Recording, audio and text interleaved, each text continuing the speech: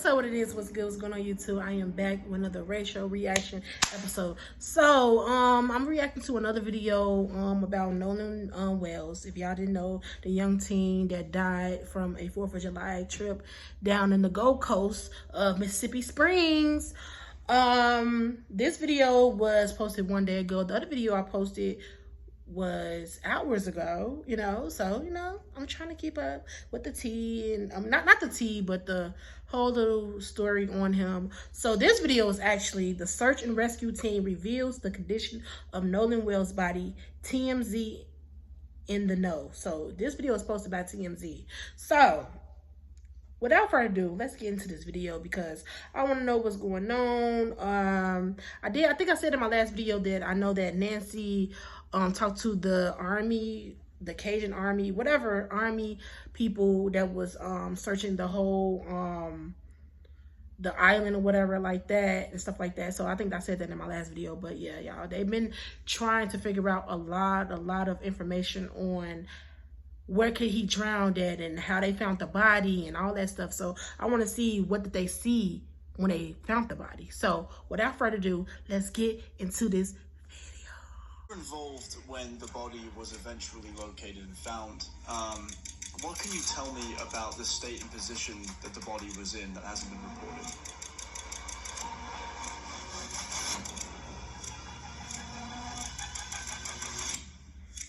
Hey everybody, it's Jackson Buhai here with In The Know. I'm joined today by Brian Trasher. He is the VP of the United Cajun Navy and participated. This is him, the Cajun Navy. He's here to give us that was with Nancy. I knew I was talking right, y'all. Thank you so much for joining. Saw this on the news. I saw this on the YouTube Before this video. interview started, you started to get into the sequence of events surrounding, from when Nolan Wells was first reported missing to you getting in your plane. Can you walk us through what your story is? Yeah, sure. So it was kind of late in the evening on 4 July when we first got a call. I think the first dispatch came in through one of our channels, through either a family member or family friend of Nolan's, and who ultimately put our incident commander in touch with his mother, who at that point was in full-on search mode. She at that point was very concerned that he was actually missing and was doing everything. They were doing everything they could to kind of retrace the steps, get his phone, get his keys, all that. So really, it was the next morning when we were told that there was going to be another boat going out, possibly containing some of Nolan's family. I'm not sure what the details were of that. In the morning on 5 July, that would have been Sunday. And by late morning, we had gotten basically another call saying, hey, if you guys have any boats in the area and can go out there and canvass the island, would appreciate it. So I had two of my volunteers from the Mississippi chapter from Ocean Springs, actually, that put in say midday on 5 July. They went out to Horn Island. They went on the island first, took a drone, looked around all over from an aerial view, and then they ran a grid between Horn Island and Ship Island with the boat. Both of these volunteers, one's a rescue specialist, one's actually a member of law enforcement, so they have a lot of experience. And they stayed at it for a few hours, and then the weather started to deteriorate, so they came back in. That's when we knew we were done for the day on 5 July. We made the decision that on 6 July, that if the weather permitted, we were going to put an aircraft up because we were getting further and further away from the last time Nolan was seen alive. So that's when we put that aircraft up. We were wheels up out of Gulfport International at about 06:30 on 6 July. Right. And so 6 July, 5 July. I never heard nobody talk like that. How did the United Cajun Navy get looped in? Was it through Christine Monsley's social post, or was it after? Was it, through your own accord? Yeah, so the way that happened is, my understanding is that when people started posting on social media about Nolan being missing, that a lot of people started tagging the United Cajun Navy, basically just kind of making us aware that this was going on, and then ultimately kind of sequencing to asking us for help. Like I said, there was an official message. I don't know if it came through our voicemail or through one of our email or one of our social media messaging platforms, but somebody made contact with, and our incident commander, I think, was either monitoring messages or one of our people monitoring told him about the message. that came through. Whoever that person was, it wasn't Nolan's mother, but whoever it was knew her and knew how to get in touch with her, and ultimately put our incident commander in touch with Christine that night on 4th of July. I have a question for you. You know, given the call to the Coast Guard at 11 p.m., and then the request for help the following day from JCSO at around noon, did you feel like you were starting the search a little bit later than you should be? There wasn't really, there wasn't anything that we could have done on the night of July 4th, to be honest.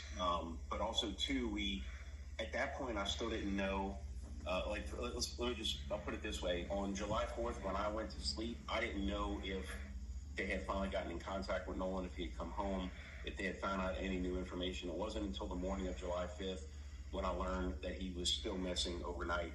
And that's when I became very concerned that, okay, he didn't come home all night. That's a bad sign. Right. And so it was that point when they started calling for all hands and said, okay, we'll put a boat in the water. And then that led to the activities of our search crews on 5 July. Can you talk to me about the water conditions? What did the water conditions look like that night from where you were? You talking about the day he went missing or the day we started searching? The day you started searching. They were pretty similar to, for the most part of the day, they were pretty similar to the conditions on the 4th of July. They were fairly calm.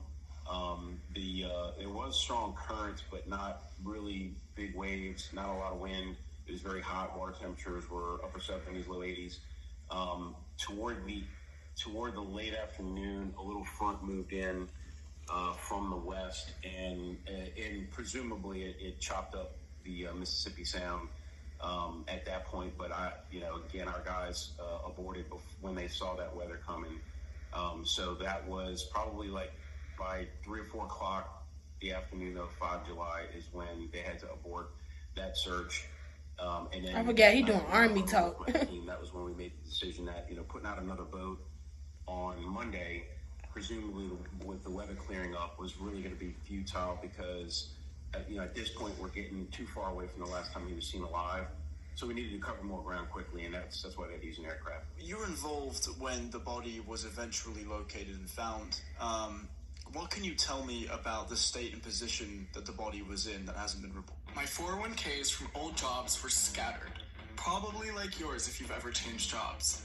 Yeah, so again, just to put it into perspective, it was, I'm told it was about 08:45 on 6 July when a park ranger on Horn Island discovered the body, called it in to law enforcement. We had myself and the gentleman who donated his plane that day out of Gulfport. We had been flying for about 2 hours at that point. We were making a track going from Horn Island over to Ship Island down to Chandelier Island, which is south of both of those islands, about another 30 miles. So we were coming back up north towards the northwest tip of Horn Island when we noticed there were boats in the center of the island where there's a lagoon, and then we saw some boats approaching the northwest tip. And then when we got closer, we noticed there were 2 boats already parked in tandem on the beach. And that was strange. It was a Monday morning. It was obvious they weren't fishing. So we descended and to about maybe 450 feet, 500 feet, and we could tell it was law enforcement boats, law enforcement personnel. So we descended maybe another 100 feet or so, circled around, and that's when I saw a law enforcement presence gathering on that northwest point, and then I noticed that there was what appeared to be a body right at the shoreline, laying face down on the sand. The implication is that this body had washed up, unfortunately, on the shore. That's what it looked like to me, yeah. Did you see any visible injuries or anything that you can speak to at that distance? No, from that height, right? So it's best I can do. The description matched Nolan Wells. It matched the area. It was the area where we were looking. So I had good reason to believe, even before I heard from the sheriff's office, that it was him. The swim trunks appeared to be similar color to what was reported. The one thing I'll say about the condition of the body, and again, I want to stress very, as much as I can, that I'm at 450 feet in the air. So I did not have a good ground's eye view look. But normally when a body's been floating you know, you'll see some bloating and whatnot. He wasn't in the water that long. The water temperature was high.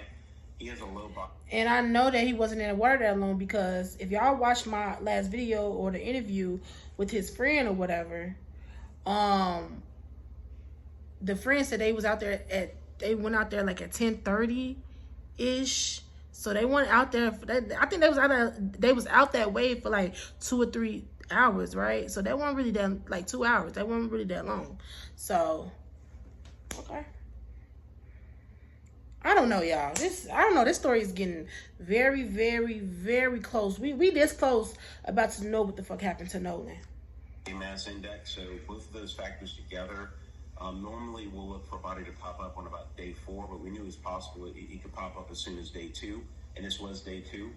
But again, the body, you know, I'm trying to think of the most respectful way to say it. The body did not seem at that height to be disproportionate to the way it should look. Now, I could not see. It was too new to look at. Okay, it was too new to figure out. Look of you know, the front side of his body, which was on the beach. I was really looking at you know, his back of his legs, back of his arms, that kind of thing. And so that was my vantage point. And I just want to stress to everybody that that's not an ideal vantage point. It's just what I could see. And plus, I'm flying at like 90 knots, so I mean, I'm going pretty fast. So I'm really getting when I say a glimpse, it's a glimpse. Was there anything about the location, how close to shore, how far from the shore when he was last seen, that struck you as unusual? I don't want to say unusual, but I would say that the wind and drift patterns that I was studying had me believing that he was going to be taken through that ship channel between Horn Island and Ship Island and carried south. It's important to also point out that just like maybe 6 or 7 weeks prior to this, there was a shrimp boat worker who had gone off MOB, man overboard, off of a shrimp boat in Pascagoula, which is on the coast, like close to Horn Island, and it took about a week before we found him, but he had washed up all the way down at the Chandelier Island, so that could have also influenced my pattern of thought, just because in a similar, I mean, he didn't go overboard on the island, but he was in a similar area, and he got carried through that channel. Based on where Nolan washed up, my assumption, you know, again, I'm a search and rescue person. I'm not an investigator, but it seems like what happened was he was carried north, which indicates to me that he might have got caught in a rip current, and it carried him north, and then as the tide slacked and the current changed back to a south, it swam him back heading, it carried him right back to the beach. The only thing that really stood out to me that I was not expecting is that he washed up very, very close to the last spot where he was seen alive. I wasn't expecting that. Is there anything?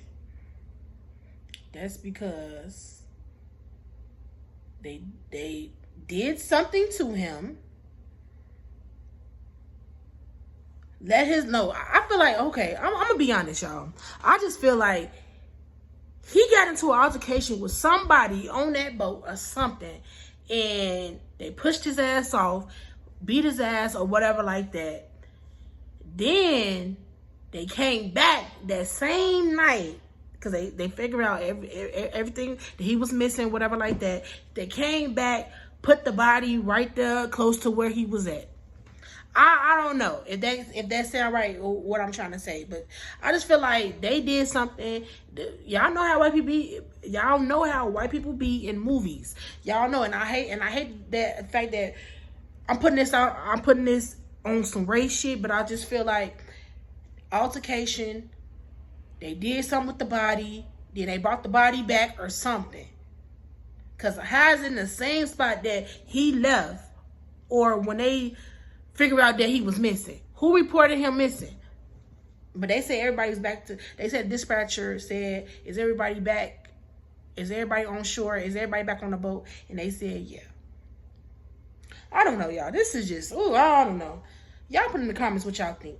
You saw or heard during the search that you feel hasn't gotten enough public attention? I think that the biggest thing that stands out for me, and I think this sort of is why I understand the way that his parents have gone about this. this search and the whole case is that there's just seems to be no information past about 4:30 that afternoon on July 4th until he was found. Now, I'm told that police have interviewed up to 60 witnesses. There's a lot of people who have turned in images and videos to us, and there's people I know that have turned images and videos over to law enforcement. So there's a lot about this. There's a lot of evidence in this case I have not personally seen, and a lot of accounts I have not heard. But based on everything that people did offer to us, it's just very, it's just hard to understand why, his friends leave, sometime around 4:30. Okay, they stayed out there for hours then. then. The last time somebody said they visually saw him on the island with a different friend group, and then just nobody ever saw him again after that. And that's just so not true. That's why I like I said, I fully understand. The parents are like, I mean, it's like a bad vanishing, and that doesn't make any sense. So of course they want to accept every bit of help they can get and just have it looked into as thoroughly as possible, because they buried their son today and they need to know why. Mr. Trasher, I sincerely appreciate you joining me today. Thank you so much for your time. Yeah, appreciate it. Even the Army, the Cajun Navy, they confused about something don't seem right. So I just feel like some of those boys that was with him or whoever needs to speak up. And they said they had 60 witnesses that's coming forth with videos. Like me, I'm the type of person, every time I go out, I'm posting. Even if it's after the fact, I'm posting. Because I want everybody to know where I was at or whatever like that. And y'all say, why is y'all recording everything? Stuff like this is the reason why people need to start recording every fucking thing. Like, literally. Every time we go out, I need to see the video. I need to, I just feel like phones are now, because back in the day, we didn't have phones. We did have phones, but I think phones, I didn't have a phone. I'm telling my age, but I didn't have no phone until about 2000 and what? 2006, that's when I really got a cell phone, you feel me? Oh, that was a long ago. And I had a phone or whatever like that. So I feel like phones are for safety reasons. Stuff like this is the reason why we have phones, y'all. Y'all say, oh, everybody mad, kids be on their phone 24/7, but look, phones are convenient. Phones are the reason why most of every crimes now, people kind of are winning or kind of not, you feel me? But I just feel like him leaving his phone and y'all deleting messages and stuff like that. And then the dude said, every time I have a problem, I go into the group chat. Like, let's see the messages from the group chat. Let's see the deleted messages. Because on iPhone, 9 times out of 10, he had iPhone. So deleted messages, we can go to the Apple store and pull up those messages. Because they're not permanently deleted yet. It's still in the cloud. Okay? Hello? Like, we all know that. You feel me? We could bring up those deleted messages. Like, if we want to go further, what happened? Like, was it an argument? Did anything happen in those messages? That's why y'all deleted it? Like, what's going on? But from the body, has face down. Face down means that somebody did like that or something. Kicked his head in or did something. Like, y'all, I don't understand. I don't know why this camera not. But anyway, y'all, if you like this video, comment down below. If you want to do more reaction videos, comment down below. Also, like, comment, subscribe. Don't forget to turn the notification on. I have somebody at the door.